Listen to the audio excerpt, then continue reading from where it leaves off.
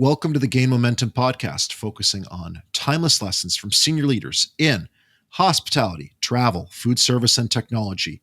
Our co-host today is Neil Foster, and our special guest today is Jannes Sörensen, who is the founder of the Kepler Academy. And we've brought Jannes on to teach about the future of hospitality leadership, which is something that is so critical and much needed right now. Jannes, how are you? I'm good. Good morning from Japan, Adam. Hello, Neil. It's good to Yeah. meet you both. Thanks for the opportunity. So, Ohayou gozaimasu. Good morning. Yeah, Ohio. To get started here, I'm wondering, could you just give us some background on your hospitality career, the founding of the Kepler Academy or Kepler International Hospitality Academy, and where it's going, what led you to this, and everything in between? Yes. So I think to summarize my career, I really started my career with a focus on the guest. I was a concierge for several years, working in Berlin, Paris with the Four Seasons Georges V. I moved to the Ritz-Carlton in Barcelona, being a concierge in Spain. And then I was the assistant head concierge when the Plaza Hotel reopened in New York, which was a fabulous experience in its own. And being in New York, my focus really shifted from the guest to the team. Having had a leadership experience in New York, I realized that that's really where my focus went. And working then at the Connaught Hotel in London as a director of rooms, going back to Paris to work at the Bristol, also as the director of rooms, and then running the Beaumont Hotel in London for 5 years, my thinking evolved from the guest to the team to a deeper sense of purpose, really, and questioning myself, why am I doing what I'm doing? What impact do I create running hotels? And through this journey, it wasn't that the guest or the team became less important. It's really just that my thinking evolved. And for me, running a 5-star luxury hotel, I came to the point to ask myself the question, what is the tangible positive output that the hotel creates? What is the problem that we're solving? And how do we add value to stakeholders that are not within our four walls? And I was a bit at a loss, to be honest. And I realized that luxury hospitality, we, as a whole, take more than we give back. And we're not really in the business of solving problems. There is an underlying inherent issue of creating problems on an environmental level, running luxury hotels. And what is interesting is that the sheer fact of running an uber luxury hotel in a big city isn't so much only the footprint you create as that building, but it is really the way of life and sort of the portrayal of ultimate financial success celebrated in luxury hospitality that promotes a lifestyle that is inherently unsustainable. And sustainability always comes in sort of 3 different scopes, right? You have your scope that is related to everything you do yourself. Scope 2, what suppliers do you work with? Who do you engage with? And then scope 3, what is your impact on the wider world with what you're doing? Are you changing? Are you transforming people's lives through your actions? And within luxury hospitality, what I realized is that we try to embrace sustainability on a local level, But the system inherently needs to change. The portrayal of what success looks like, what luxury looks like, needs to change, because luxury inherently is not a concept for the rich, it's a concept for the poor. So if we have large amounts of people aiming to eventually obtain a way of life that the few only can live, the system will not cope. So we need to change the north point, the north star, to say, what are we actually aiming for, and not seeing sustainable living as a compromise or as a restriction, but really as a new elevated success story of a beautifully lived life. With Kepler Academy, I'm a son of teachers, right? My father is a professor of a school. All my family are academics. I was the only guy going into hotels and sort of doing something, not with my head, but with my hands. I'm not like the natural born entrepreneur, right? Like Kepler Academy wasn't really, business number 25 that I tried to get off the ground. It was really because I felt there was such a need to look at new positive driven business models for hospitality, and not sort of business as usual. And looking around in the landscape of the educational offering, I couldn't find the program that I would have needed, being a managing director of a London hotel, to position me, myself, my shareholders, to be successful in this new future. So that's where we started to create the fundamentals and the principles of Kepler Academy. So I'm wondering, on that note, talking about Kepler Academy and myself, I work in luxury hotels. I would love to do a deep dive on some of the properties you've worked at, because they are, bar none, the best in the world.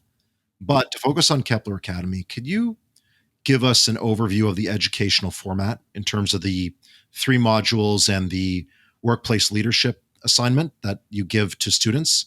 And within that, you're recording from one of 3 locations. It would be great to hear about those 3 locations and why specifically those 3 locations.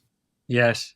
We thought long and hard about this, because there's really a balance to strike. How long do you take people out of their sort of natural habitat? And as you know, we're always very busy in hotels, and we can't, go away. And at the same time, the need to take people out of their usual surroundings, and to allow the space to actually integrate learning. So we created a model that sort of, we felt, strikes the right balance. It's in 2 phases. So we have 3 residential models that are 5 days each. So this current first pilot we started in Amsterdam in October. We're in Kyoto now, and then we're going to Basel and Freiburg in December, 3 times 5 days, where the participants travel to each of these 3 locations, followed by a 2-month follow-up, where we'll continue to coach and guide the participants to implement their value proposition and their business model ideas into their current work setting. As a course, we were right from the start much more interested in output rather than input. Of course, tremendously matters what you create, how you create, and what you put into a course. But what really matters for the participants is what they take out of the course. And does it actually transform the way they think about themselves and think about their businesses and their role in the business?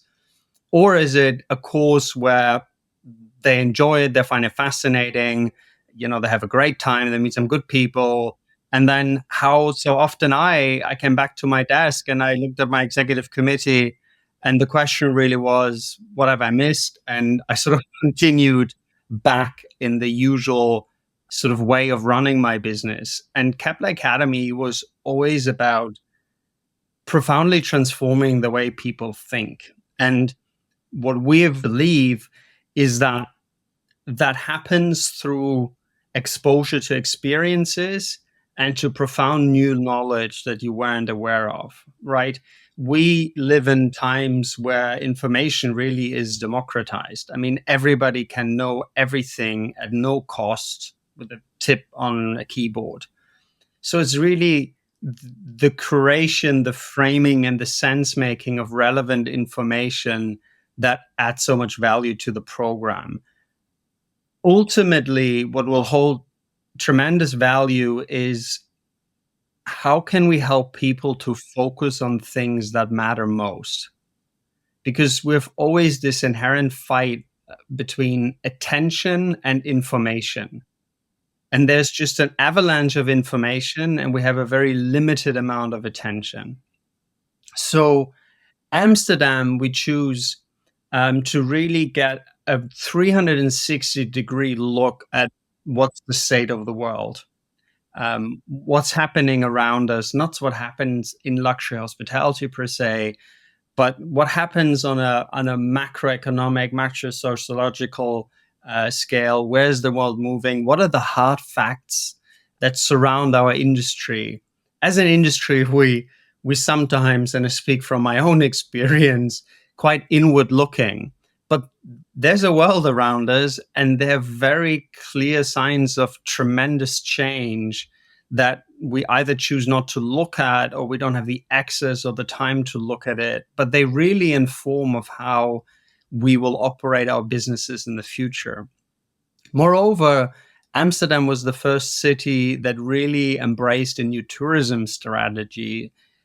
They called it tourism that works for everyone. And it's really about looking at all stakeholders of the model and say tourism isn't about more and higher and more numbers and more revenue created, but how can we sustain an environment where tourism is a win-win situation, not only for people who visit Amsterdam, but people who live in Amsterdam, people who work in Amsterdam, that on a long-term basis, the city remains attractive for people to spend all their time there and then people to come visit. Because very often we go to cities for its authentic living experience, but if we don't protect that, then eventually we'll also lose what makes cities attractive. So Amsterdam has been incredibly innovative, and Amsterdam and Partners, for example, had tremendous success looking at this and really repositioning Amsterdam's tourism strategy. But moreover, there's amazing businesses that are found in Amsterdam. I mean, Booking.com, for example, is based in Amsterdam, the European headquarters. And like them or not, they're a force of nature, and they really are incredibly innovative in the way they look at hospitality. Hans Meyer, who was a co-founder of Citizen M, founded Zoku in Amsterdam, which was I'll speak about hopefully a little bit more later on, but a truly innovative new concept for hospitality. Kyoto is all about deep service, omontenashi, how they call it, and self-mastery, mastery of self. In luxury hospitality, I think we always speak about service and we always speak about leadership. But what I realize often the follow-up question, we start to already have trouble to define that really. What does actually good service really mean? What are the fundamentals of good service? How is it done? And why is it so important? What is it that moves us so much about good service? And in Japan, we're very fortunate to have the opportunity to be exposed to century, if not millennia-old traditions that encapsulate the art of providing service, of receiving in a lot of the traditional procedures like the tea ceremony, which really encapsulates all aspects of hospitality, right? It's not about pouring water into a bit of matcha tea and stirring it around. It's profound. The Ikebana flower arrangements are headquartered with the Ikebono family in Kyoto. Again, it's not about putting a couple of branches in a vase. There is deep, profound wisdom surrounding these ancient traditions. And what we realized this week is that participants are deeply moved to understand the scale and the intention and the care that businesses have put into these procedures for centuries to master the art of welcoming people and looking after people and being truly prepared for these experiences. Buddhism, in many ways, is a great inspiration to leadership. We, for example, went to Nara to visit Todaiji Temple, and Morimoto-san, who is currently the son of the head priest who runs the temple, he spoke a lot about this massive Buddha statue that was created in the year 600. And the emperor of Japan at the time could have just ordered for the people to build the Buddha. But he realized already at that time that great leadership is not about directing people and telling people what to do, but to allow people to be part and take ownership and participate in a project that is much larger than themselves. So there's this beautiful saying, the Buddha is made out of wishes. So this wasn't an order, it was a wish. And in a population at the time of 5 million Japanese people, 2.6 million Japanese contributed to building this 20-meter plus high Buddha statue, at a time where nothing ever that big had been constructed out of copper. So there are a lot of learnings in leadership here that are not sort of your usual sort of one-on-one YouTubeable leadership principles, which all have their place, but experiences that deeply move you and really question the way you look at yourself and your own capacity to grow and to lead. And that's really, I think, one of the biggest takeaways for the group is that it all starts with leadership of self. Before you can lead anybody else, you have to lead yourself. And no better place to experience this in practice than Japan and Kyoto. Basel and Freiburg are maybe some of the best examples of innovation when it comes to sustainability and sustainable living. Sustainable living as an elevation of the way we live and not as a compromise. Quartier Vauban, which is based in Freiburg, is the first sort of carbon positive living environment that was built in Europe. It's by now 25 years old. It's one of the most desired and popular places where people would like to live.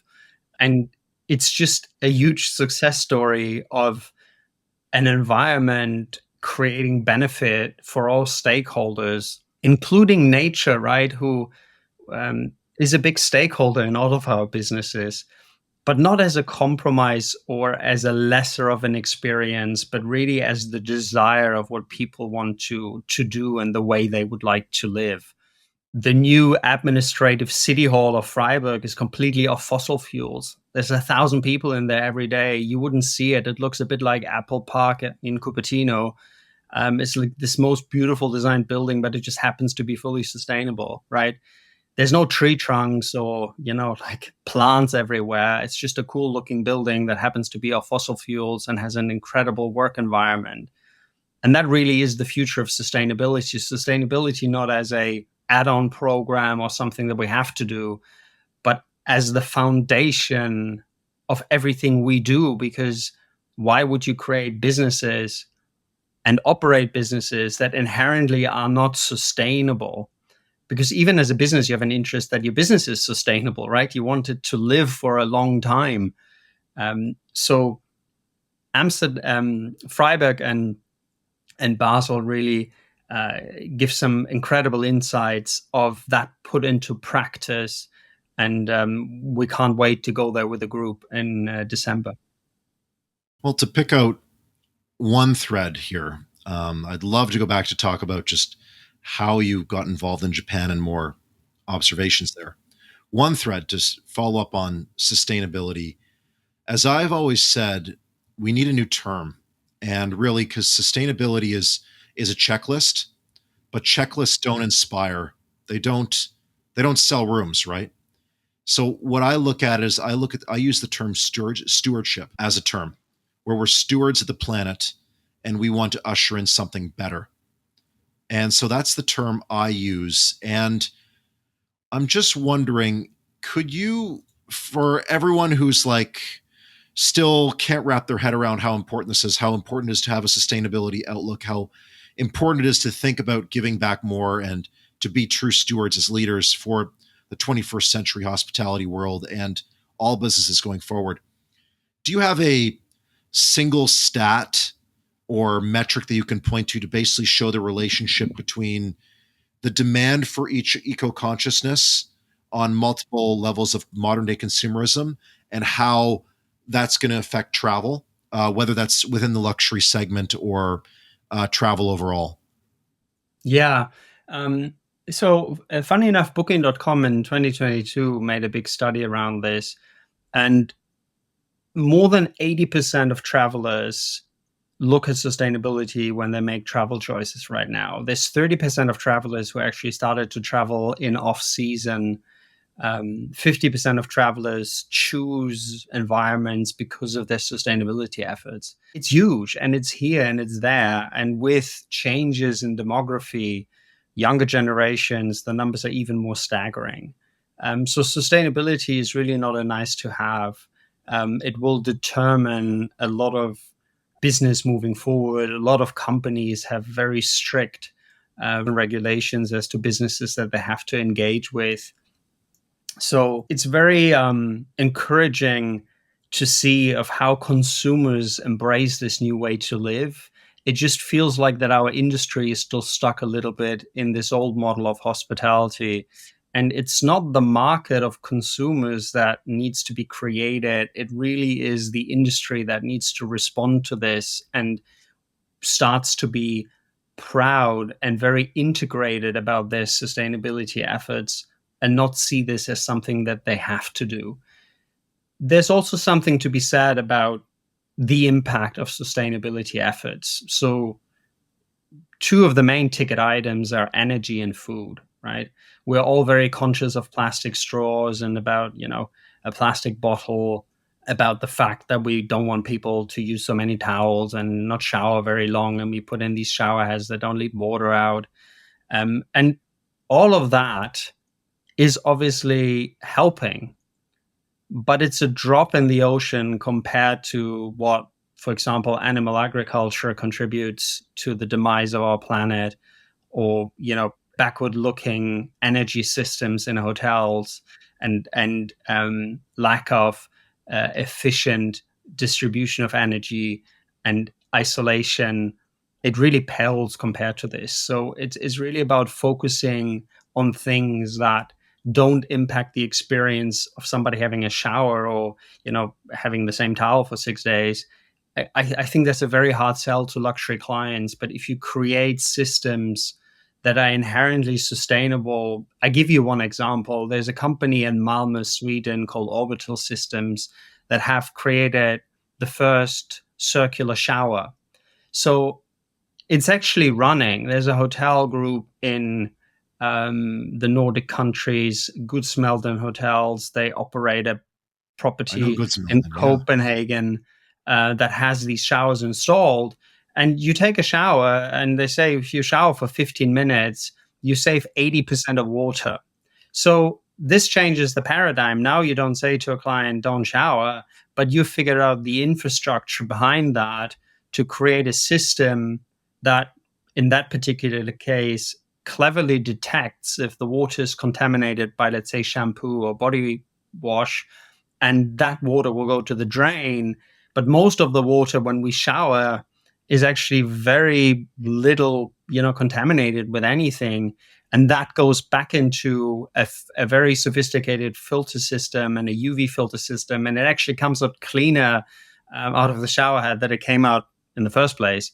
And that's just a way of looking at sustainability as an elevation of the client experience and not as something that we ask the client to do for the hotel, right? It's about what does the hotel do for the client. Same with food. We all have, 40% of food is wasted, and the impact of very animal food heavy restaurant menus just pales. I mean, if we ask people not to shower, but then we have a steakhouse, like for a kilo of beef, you could shower for a week, like we're not honest with ourselves to say what are really the big levers that we can have an impact on the experience. And if people in hospitality focus more on plant heavy menus and try to have less meat, less of the rare foods that really create so much destruction on the planet, clients will have a fantastic experience. They won't even question it, because people are not, out for a specific food group. They're out for a great atmosphere, a good experience with delicious food. Then we can be very sustainable and even regenerative without the customer having lesser of an experience, but an elevated experience. Just one thing, Neil, before you go in, just to clarify, the Goodsmelden property you're talking about in Copenhagen is the Mannen Les Suites that wins all the awards for design as well, right? So they have two hotels in Copenhagen, Goodsmelden, and they're very far advanced on sustainability. And the hotel that I'm referring to is in the center of Copenhagen, and they have this orbital system installed. They're the first hotel, actually. They've ran a pilot. They're still based in Scandinavia, but they're planning to eventually roll out. And there's even right now a new system, which is a tap, sort of an oval system tap that brings that to your wash basin in the room, really, and tries to renew that water as well. And there's obviously scope for laundry, and everywhere we use water. Yeah, what I was hinting at there is that I see profound implications from a marketing differentiation standpoint, as well as the ability to increase the top line by treating sustainability and stewardship of the planet as a selling feature and as something that's inherent to the culture, and using that to differentiate yourself from having to be on the OTAs where rates can be commoditized. I see a huge 100%. opportunity. Yes. I mean, think about it this way. If you're solving a real world problem and you allow people to participate in the solution of this problem, right? Your sales marketing budget looks very differently, because the challenge that we face in luxury hospitality is that we're selling all the same thing, right? The buildings are designed by the same architects, the same interior designers. We have the same afternoon tea menus. We often have the same people doing the same services, in the same way.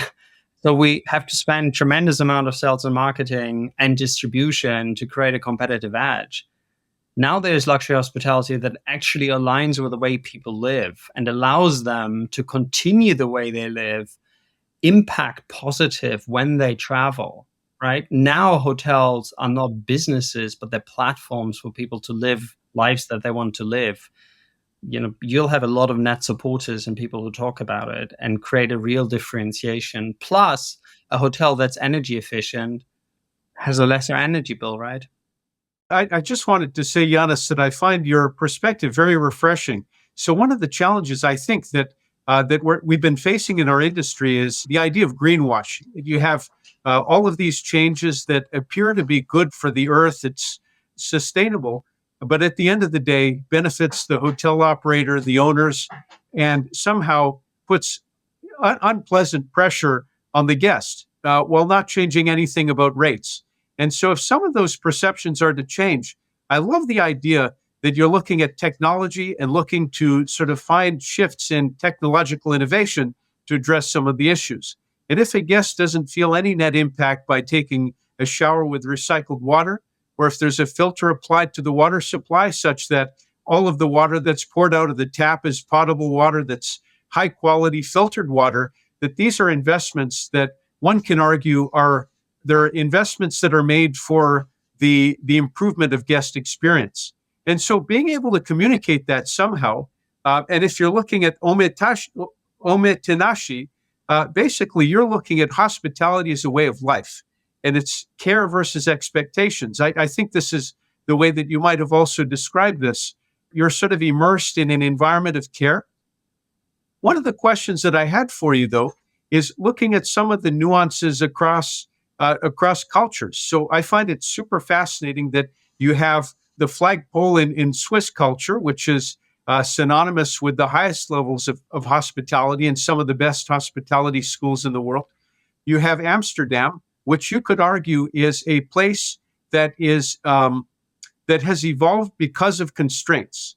That the innovation in Amsterdam and in the Netherlands may have come about because most of the country is below sea level, and that has forced people to think about things in a different way.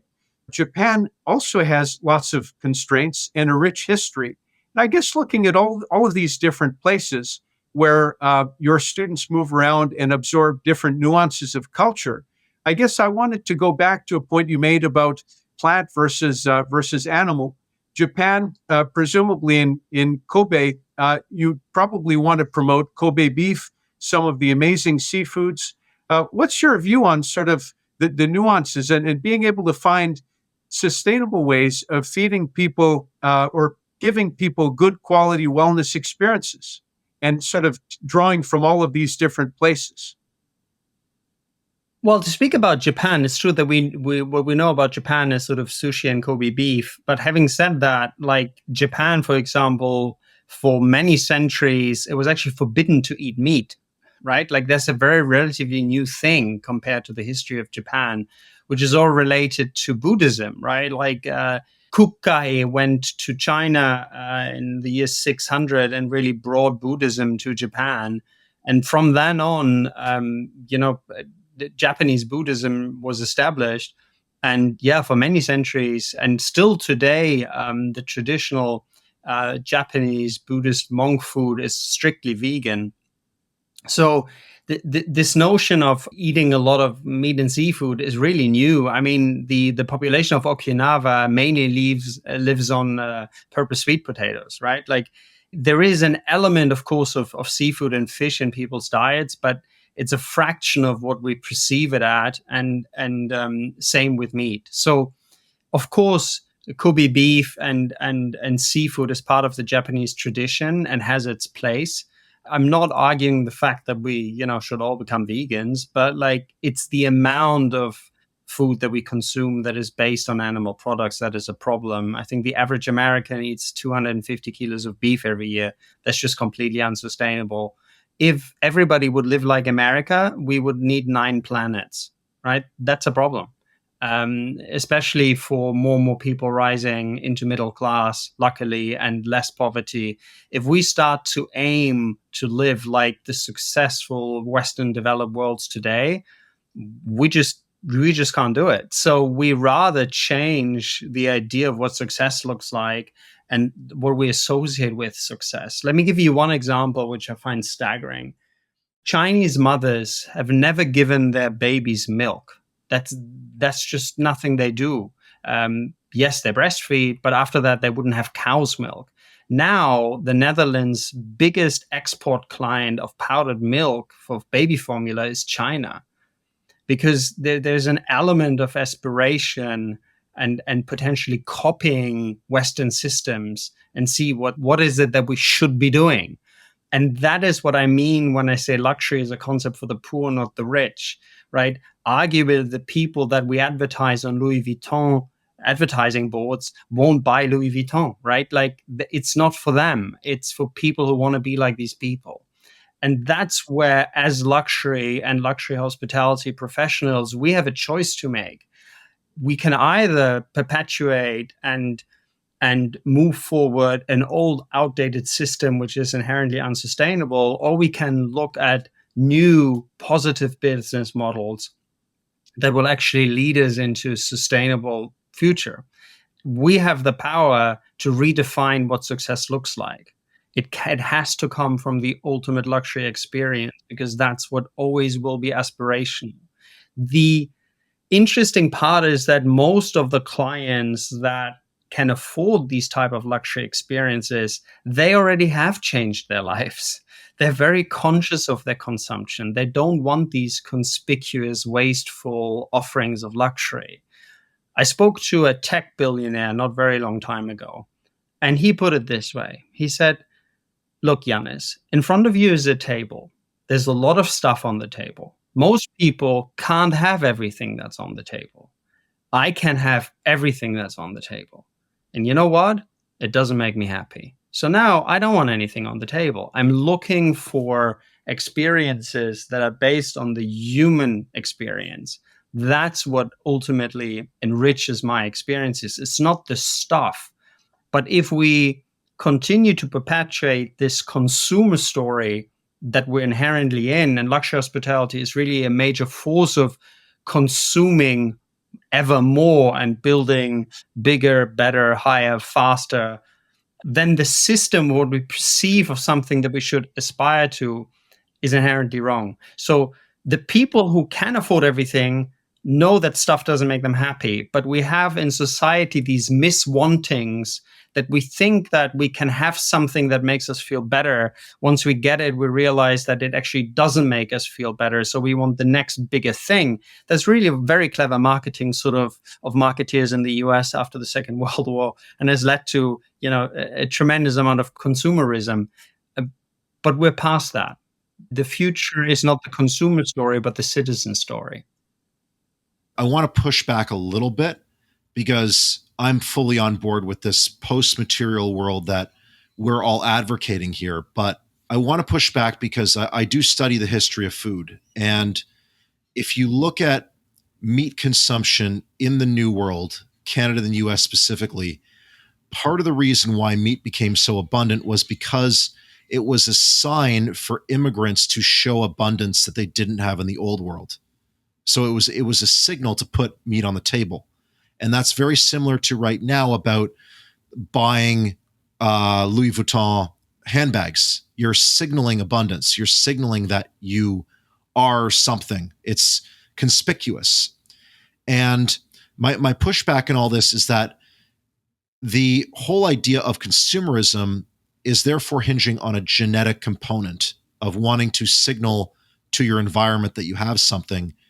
And then, of course, it takes someone who actually has something, like the tech billionaire you mentioned, to then see what's on the other side and see that the actual objects, they're ephemeral, they come and go, but it is that human to human connection, this post-material world that we all really are striving for.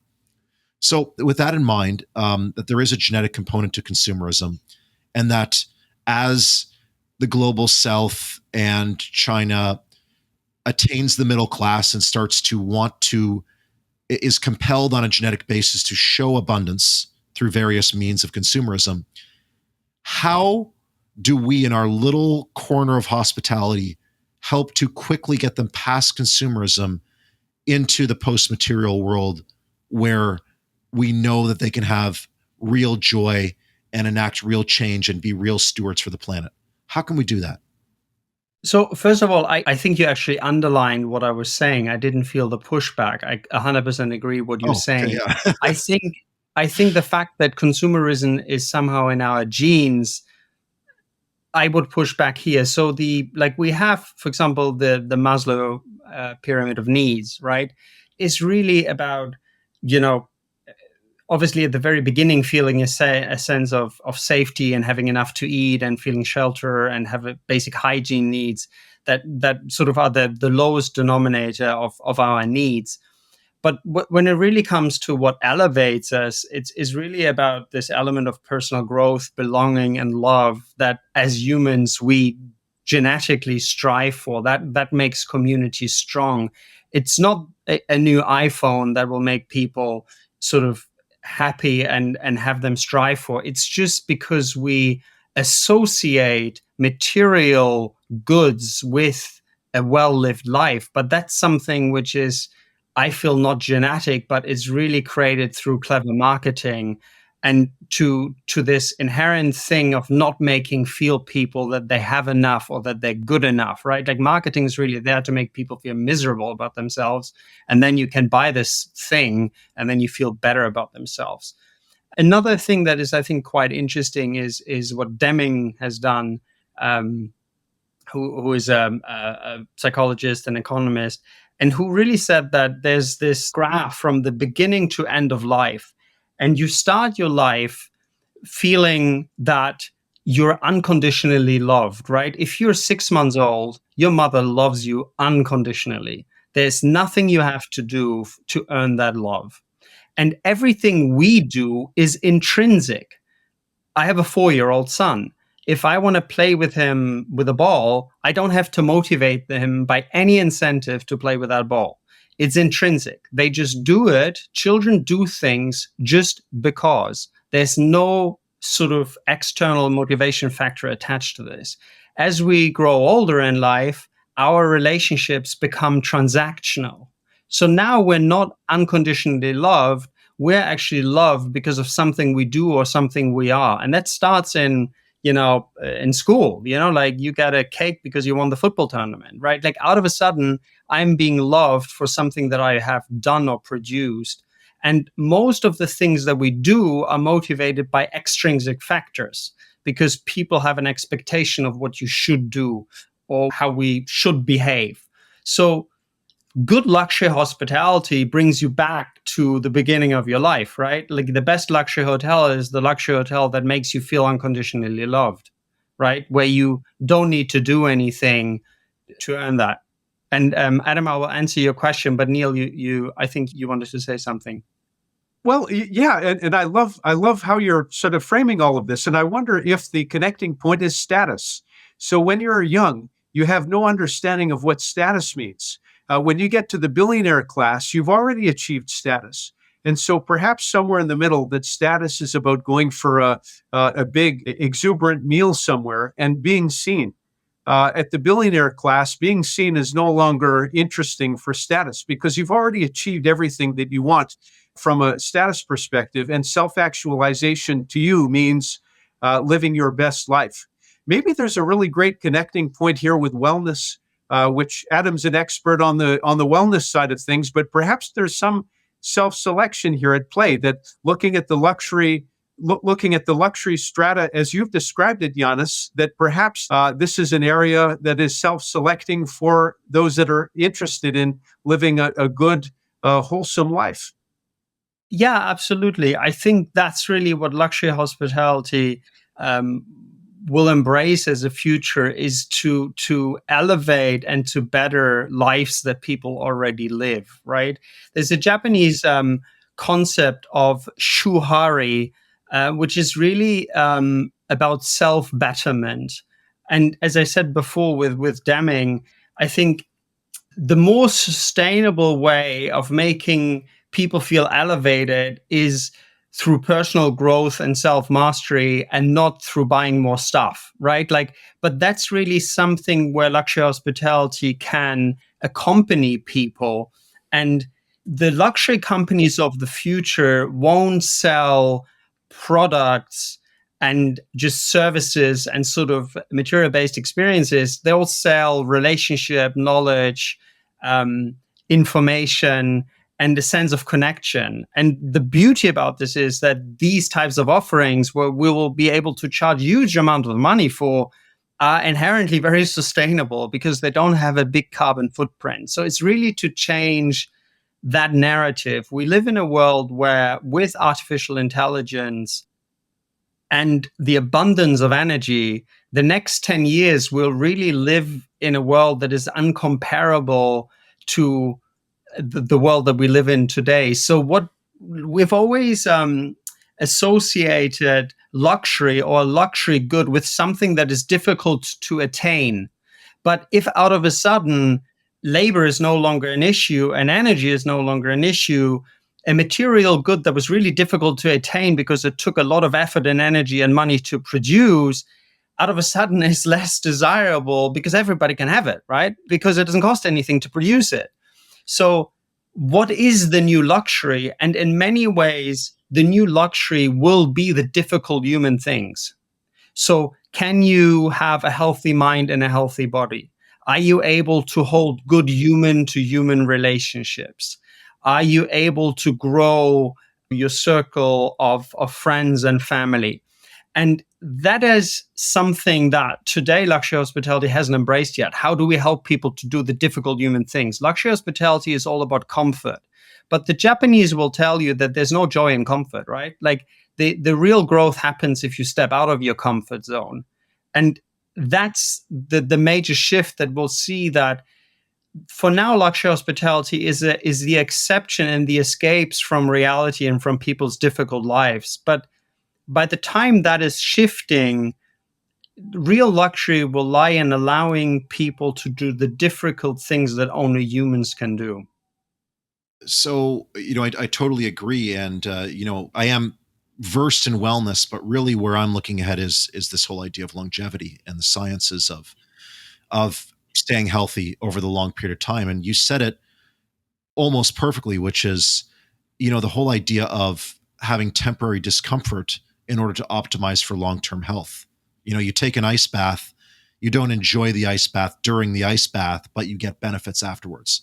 Same thing for a long run, a sprint, fasting for 3 days, all that fun stuff. These are still relatively new concepts. So it takes time for them to disseminate. I'm wondering, to ground this, to give people a visual picture, if they're not fully on board with the post-material world that we're heading towards and all that implies, I'm wondering if you could color this whole idea of regenerative tourism with some examples that you've seen of hotels that are appealing to this new idea of luxury, of self-actualization, self-transcendence, doing the hard things that are beyond abundance. Some names that I think are aiming for this, but they still have to appeal to the old world of abundance-based luxury. Soneva, Six Senses, Virgin Limited Edition. I'm sure you have plenty more examples. I'm wondering, could you ground this in some hotels that really pique your interest? Yeah, interesting that like the list that you have just named, none of them are city properties, right? Like apart from Six Senses, which sort of starts to do this right now. It's funny that sustainability and sort of the new concept of luxury is mainly sourced out to like, Tahiti and, somewhere in the middle of the Brazilian rainforest. And like, whereas London luxury and Paris and New York are still saying, well, this is not relevant for us. We still do the old model. That's going to be an interesting shift. Six Senses does some great work. Like, for example, in the Maldives, they're sort of, regenerating some of the coral reefs. They really tried to give back to the community. And I think that's so interesting thinking about these terminologies, because sustainable and sustainability is really not doing any more harm, right? But it doesn't actually add something back. And that's where regenerative practices really are the way forward. So it's not about sustaining the status quo, but is how can we give something back? The Brando in Tahiti, in French Polynesia does a lot. They have incredible ways of using sort of the cold water resources to cool their rooms. They are very engaged in the local community to help the local community to give back. There's some great properties in Costa Rica that look at regenerative farming. But within city luxury hospitality, I think, Gould's Meldon Hotel is very good in their efforts. That's maybe not what you would describe as uber luxury, but what I found is that a lot of the sort of mid-market hotel groups, there's more innovative models and sort of faster acceleration of integrating sustainable and regenerative practices than the super luxury market. Another example, which I think is quite telling, is Zoku that I mentioned earlier with Hans Meyer, that has really created this new model of hospitality and luxury hospitality, where they are all about bringing people together and creating community and forcing and allowing people to create relationships. And they do that in really innovative ways. For example, the staff in Zoku hotels eats with the clients. So they would literally just sit next to a client and go to the same buffet and have a meal with them. Which obviously allows for a very different interaction and a very different sort of integration. The interesting thing is that when you speak to Hans, who is, really somebody I look up to, he says he has so many clients who have, let's say, a budget of 2,000 euros a night, who spend 400 euros or 500 euros at Zoku, even though they could go to some other fancy luxury hotel. But they don't want that, because what they define as luxury is no longer, the marble bathroom or the big lobby or sort of the 15-meter pool that only whatever 3% of people actually use. But it's the way to be able to have real world relationships with the people who run the hotel and be part of this community. I think that these are some good examples of people going in the right direction. There's some great smaller hotels in the Tuscan Hills that have sort of very regenerative business models. But I feel that inner city luxury hospitality needs to take inspiration from that. We are a top-down industry, and imagine a world where the best hotel in the world happens to be planet positive. Like what echo would that send out to all of the different stakeholders in the industry and all of the people who think about going into hospitality if we create this new paradigm and this new North Star of, if the best luxury hospitality experience in the best cities in the world happens to be fully sustainable, well, then this becomes the new default in the way we look at luxury hospitality. Before that doesn't change, I feel a lot of the usual players right now will look at these more remote concepts and say, this is really great. And, well done to you, but this doesn't still apply to us. It's a bit like in luxury hospitality or in hospitality itself, we always have this need to categorize, right? Like we've seen this rise about longevity, yes, like Lanzerhof and Shah Wellness and all these sort of detox hospitality concepts. But it's a bit like guest relation in hotels, because it has a very strange implication. If you have detox hospitality, what does it say about the other hospitality, right? Like, why would you need hospitality like this? Why do people tox in the first place? That they then have to go to detox hospitality. Why do we need guest relation teams in hotels? What does that say about any other team member, right? They're not in charge of guest relation.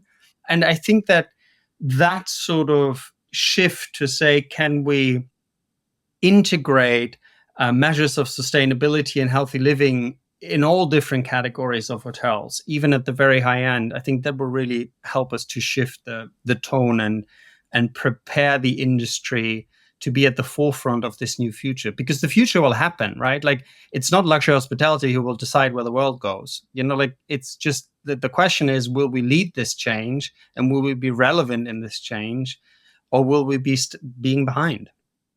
Yeah, I think people always look to luxury hotels because traditionally things have almost followed an adoption curve where it starts in luxury and then goes across and reaches mass market. But I really like that you've mentioned some mid-market brands to really show in an urban, accessible way that you can be regenerative, because the luxury marble double vanity washroom is not necessarily what everyone is looking for. They're looking for human-to-human connections in a lot of ways, and they're looking for their hotel stay to mean something. And I have always found that regenerative farming is one aspect to that, and teaching people about sustainability and being planet positive is a great way to give people meaning to their stays.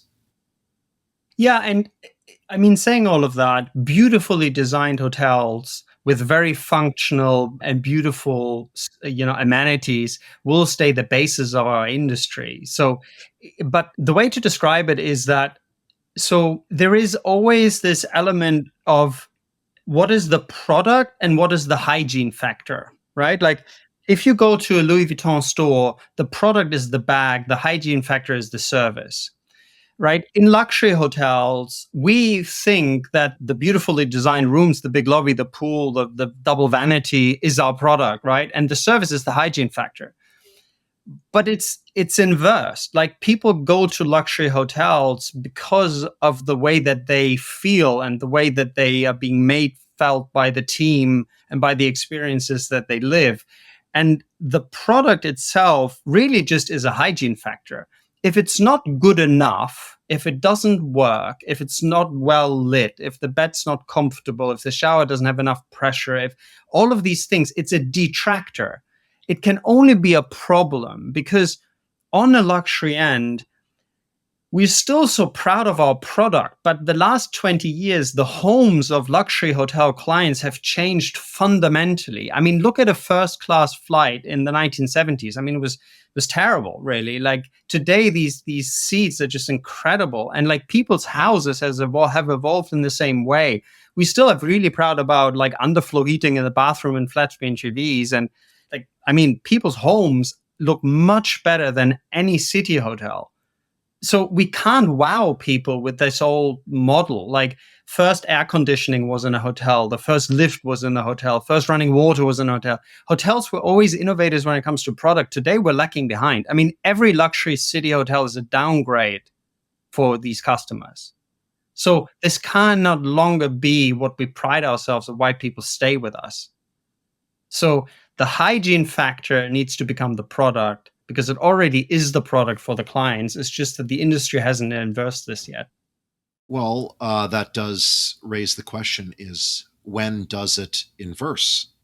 And as to give some context on that is, luxury hotels, you mentioned they are a downgrade from a lot of their clients' hotels, and they're still charging 2,000 euros a night, $2,000.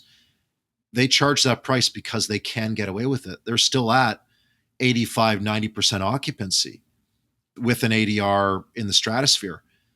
So when does the situation inverse? What should we look for as leading indicators? Well, Clayton Christensen said that, like, if you want to create a new business model, you need to solve a need that isn't solved yet. Right. Why is this happening? Because nobody else is doing anything else, right? Like, I mean, all of these luxury city hotels more or less look the same. So there's no disruptors. So what do you do as a client? There's nowhere else that you can go.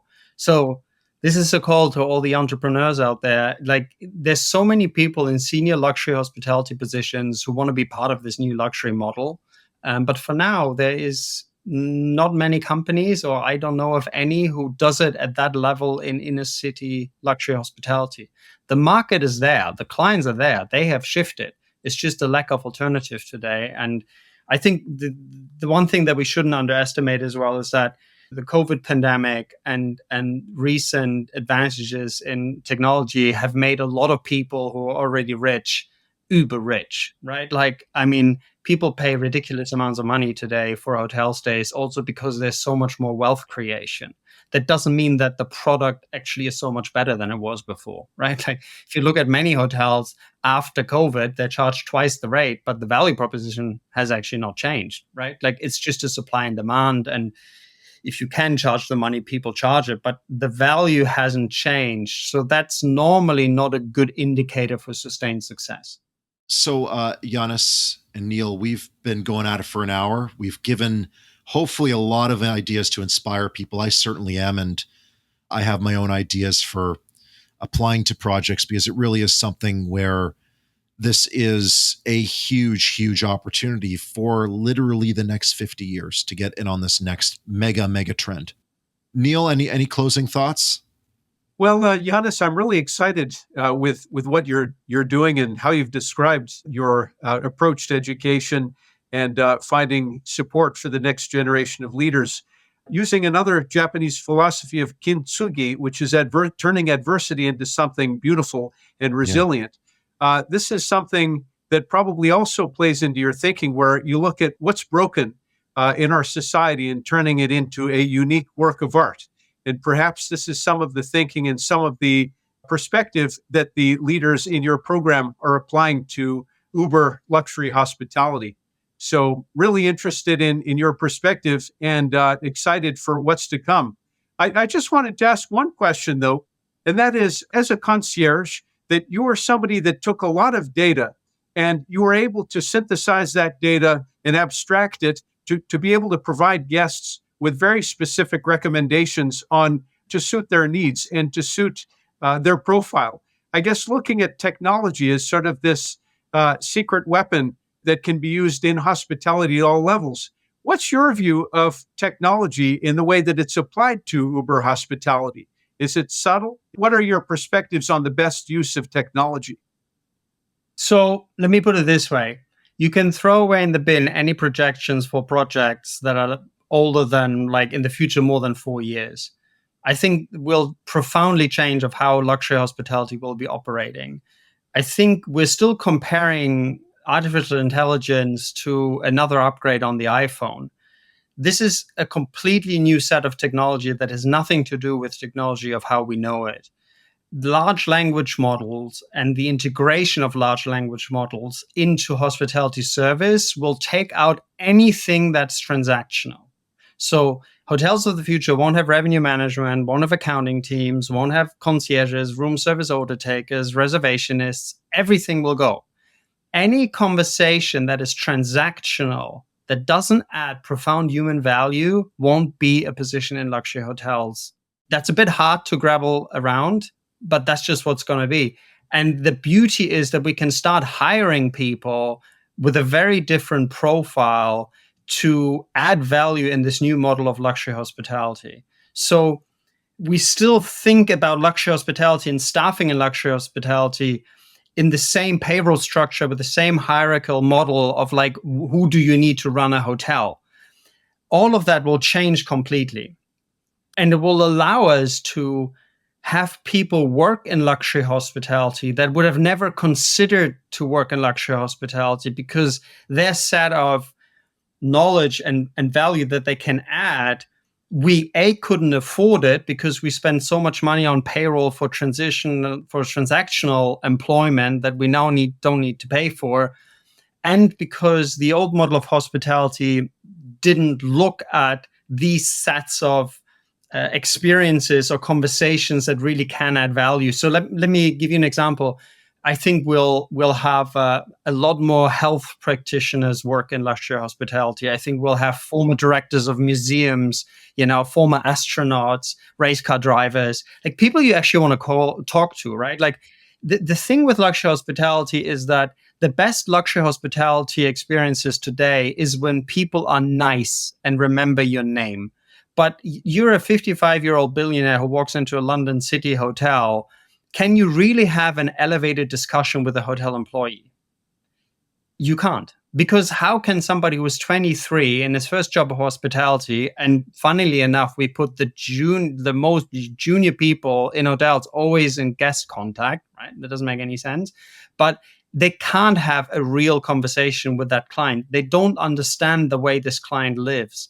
But once we take all the transaction and are able to outsource all the transaction, we'll be able to work with people in luxury hospitality that will actually start to have really elevating experiences with these clients.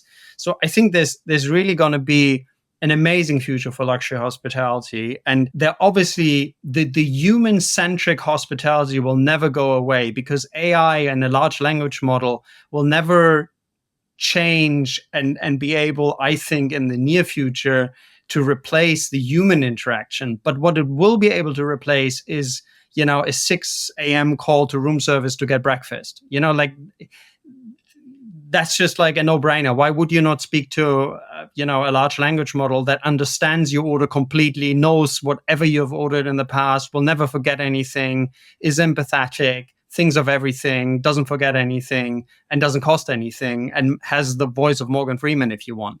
So I think we're still comparing it to the language models or to the bots that we get on the phone when we call American Airlines today. But that's going to be very different. We're literally going to feel that we're speaking to a person. I think there's a lot to embrace when it comes to technology. We can't push it away, right? As a concierge, I've always said the internet should have never been the enemy to the concierge, but they should have embraced it. Because the internet can't do something that a concierge can do. But if you try to compete with that technology, you'll lose, right? So we need to embrace AI as an elevation and not as a threat to hospitality. It's going to be an enabler, not a threat. That's a great answer. And thinking about Kepler and the laws of planetary motion, if information is the sun around which everything else revolves, that's an interesting dynamic. Absolutely, yes.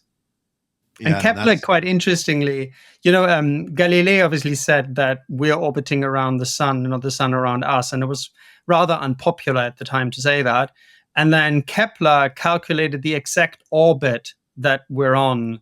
And I think in many ways, luxury hospitality, like Galileo said at the time to the church, look through the telescope. I can show you that this is what's happening.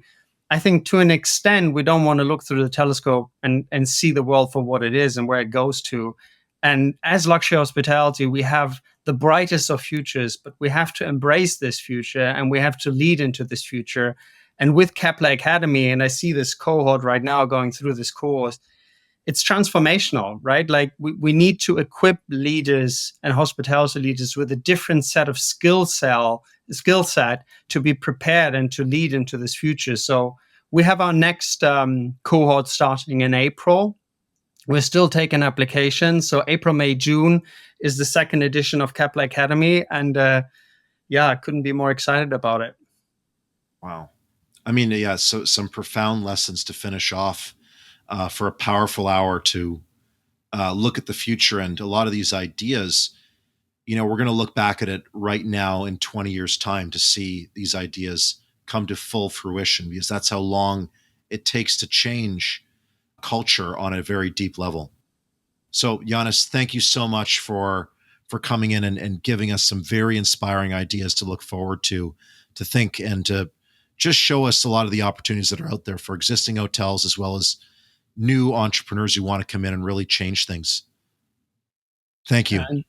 Thank you, Adam. And thank you, Neil. Thanks for the opportunity to speak to you. Thank you, Jannes. All the best. Thanks for listening to the Gain Momentum podcast. To stay up to date, make sure to follow or subscribe wherever you get your podcasts. For more information about Gain Advisors, head to gainadvisors.com.